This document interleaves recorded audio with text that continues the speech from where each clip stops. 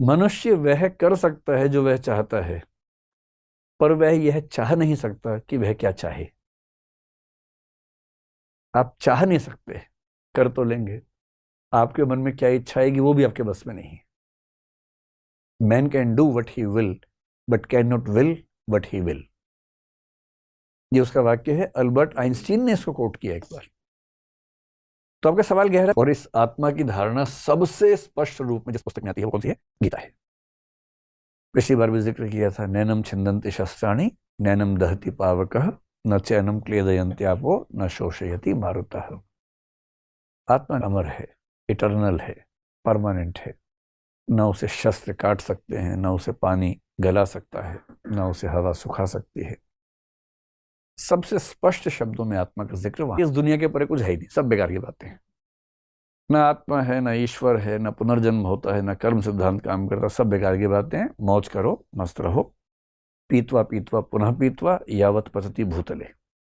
पियो पियो और पियो, तब तक पियो जब तक कि जमीन पर गिर ना जाओ। ये उसका सबसे मूल वाक्य है। पीतवा पीतवा पुनः पीतवा यावत पतति भूतले। अब समझ में आ रहा होगा। पीतवा पीतवा पुनः पीतवा यावत, जब तक, पतति, गिर पड़ो, भूतले, जमीन पर। वो मस्त मोरल लोग हैं। में से एक किताब का नाम क्या है? 20 केसेस सजेस्टिव ऑफ री इनकारनेशन।